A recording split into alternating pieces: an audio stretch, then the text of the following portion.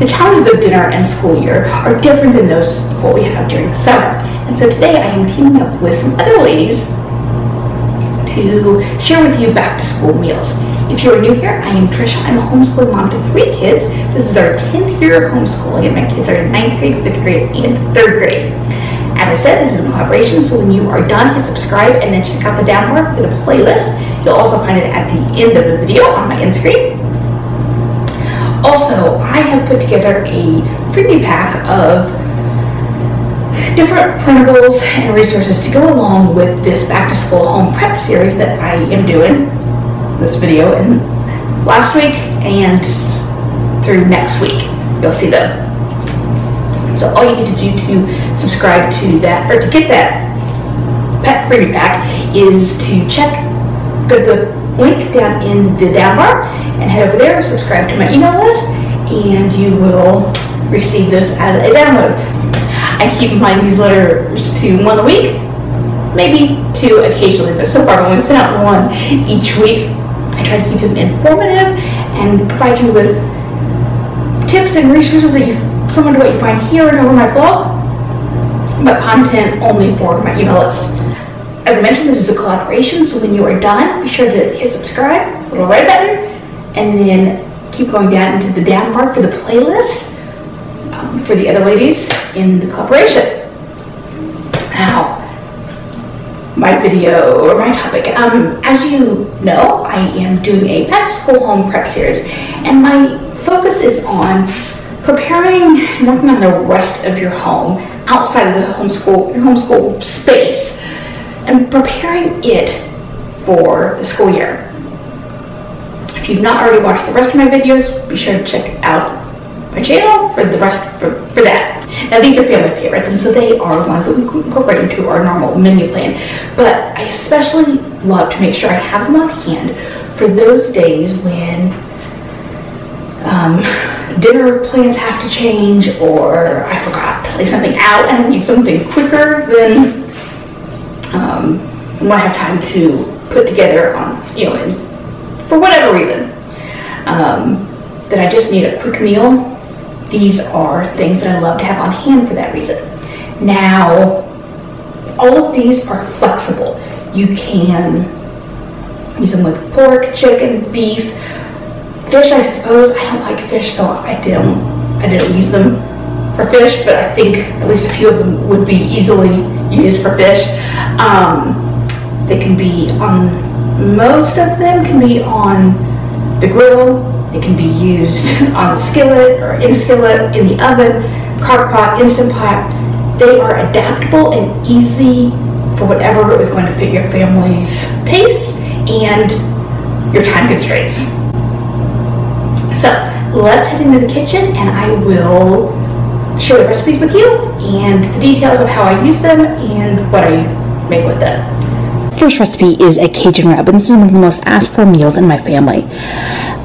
In goes celery salt, garlic powder and salt, or garlic salt, lemon pepper. If you're sensitive to spice, cut back a bit on the cayenne. Also, in goes paprika and pepper. And just combine it up. I like to use this on chicken, on pork loins, on hamburgers. I use it when I make Cajun Alfredo. The chicken is great on a salad. When I do it, I use about a tablespoon of seasoning, maybe a little less, per pound of meat. And then I add some oil and a splash of vinegar. And I like to let it sit for at least 30 minutes before cooking when I can. I like to serve it with green beans and a homemade rice bread mix. Next up is one of our favorite fajita marinades, and it's a chipotle lime one. It is fantastic. It is obviously for fajita, but you can just use it as a marinade. It works well. We use it for chicken. I've also used it for beef.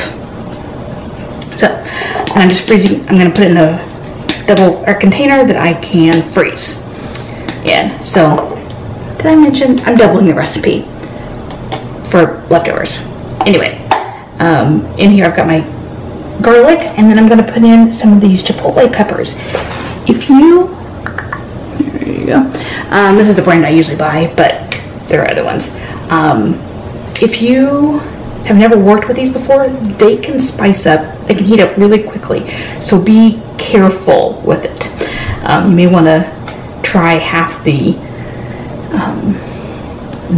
pepper amount the first time. And I am leaving this whole because I'm going to use my blender to mix or to crush all this up. I'm going to put in lime juice. It's 2 limes, or a lime has 2 tablespoons of juice in it. And then I put oil in with it as well. Now, if you want to go ahead and pour this over meat and freeze it that way, you can. If you want to do that and then in a separate bag, go ahead and cut your peppers and onions, you can. It's just that sometimes my freezer doesn't have a lot of space. So having something small, but still ready to go, is helpful.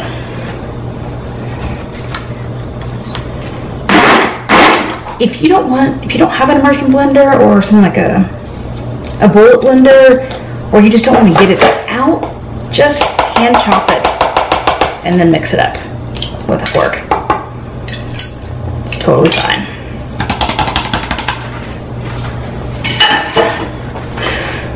So that is going to be and I know it doesn't look like a lot, and it doesn't actually look all that appetizing. It's really good, I promise. Next up is an Italian inspired rub that is really good on chicken. Sometimes I will just I'll make some of this and grill it, and then put it, serve it alongside pasta and red sauce for a super easy meal. In here I have oregano and thyme, just equal amounts of each of these ingredients. Basil, and again, when I go to mix it, or when I go to use it, I do oil, and then I throw a little bit of vinegar or citrus juice, so that I have that. And I like to let it set for at least an hour. Again, if you can go longer, that's good. If you can keep it in your bowl, that's really good. I'm gonna do some pepper. And anytime you see a recipe that calls for like Italian seasoning, this is a great one to use for that. We'll put it in meatballs. I have cooked it on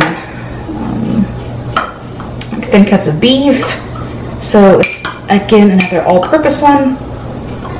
And again, it's about a tablespoon per pound of meat. I could actually go a little bit less with this because it does have a lot of strong flavors in it. But that's that. Sometimes with dinners, it's not so much that I don't have time, it's just that mentally, like the thought of all the measuring convinces me I don't have time. So that's why what a lot of these recipes are really about, including this one. This is for it's a copycat recipe of the box Suddenly Salad pasta salad mixes. The classic one, whatever that. I think it's just called classic. Anyway, so I am preparing this, and I am going to have this later in the week. It also freezes well, so I'm just going to get it all mixed up in here, and then I will pop it in the refrigerator. So, Parmesan cheese and oil.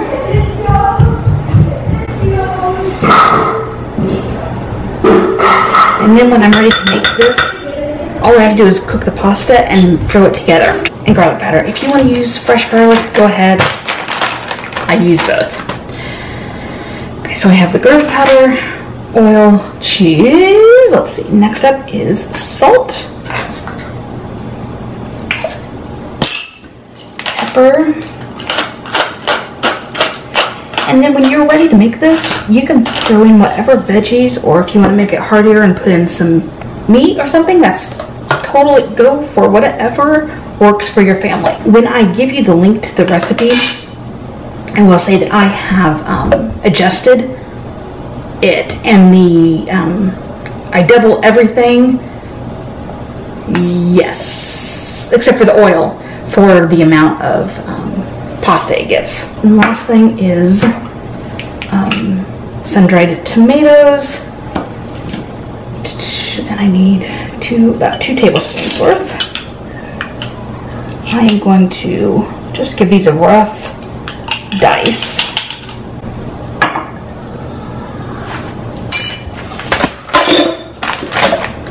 If you don't want to dice them, or you buy tomatoes that are larger, you can run the immersion blender through it again, or throw it in your bullet or whatever you have. Okay, so there is this. And like I said, I have frozen this successfully. I have kept it in my fridge for about a week or so as well. Just, this. Now I know some people have more time during the week than on the weekends, but I do a lot of this kind of stuff on the weekends when I just have a little bit more time and more help around the house to prepare for later in the week. So that's the pasta salad. Last recipe is a stir-fry sauce recipe, and again, this is it freezes well, or you can make it up ahead of time and leave it in your refrigerator for up to 2 weeks. So I've got my oil heating, and while that's going on, we're going to finish the salt, or this part of it. I already have soy sauce, chicken broth, and spicy barbecue sauce. I don't have spicy barbecue sauce, so I just used regular with and then a few splashes of hot sauce. Need rice vinegar.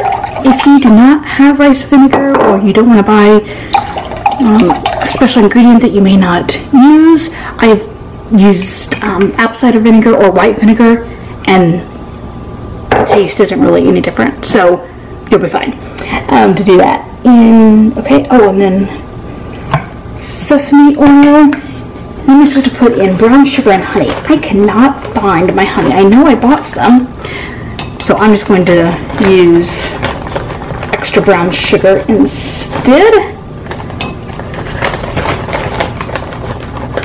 If you like it less sweet, absolutely cut back on it. This recipe, I think, tastes best on beef because it has a stronger flavor. So, but I've used it on chicken. I just think it's better on beef. If you want to do just a vegetarian, this would be great on just veggies. The recipe calls for ground ginger. I'm using fresh though. And you're just cooking this until it starts to be fragrant, so not long. Okay, you're going to bring this to a boil and then stir in cornstarch and water. And then let it cook for a couple more minutes and it will be ready to be done. Or it'll be done. I freeze it in these, which are they're ½ cup size, and that's plenty for a baby. If you like it saucier though, you'll want to freeze it in larger portions, but this is a ½ cup. I think this gives us, 4 meals worth. I'll show you what I've done. This part will go, the thickening up part will go really quickly, so don't walk away. I can tell it's already. There you go. Really quickly, like I said, a minute, maybe 2 minutes tops. And you want to stir constantly so it doesn't burn on the bottom. Okay, I'm going to let this cool and I will divide it up and freeze it. So my sauce is all divided up now. I was out of the smaller jars, I didn't realize. So I put them in the larger ones and then just measured out the kind of the right amount. Not exactly even.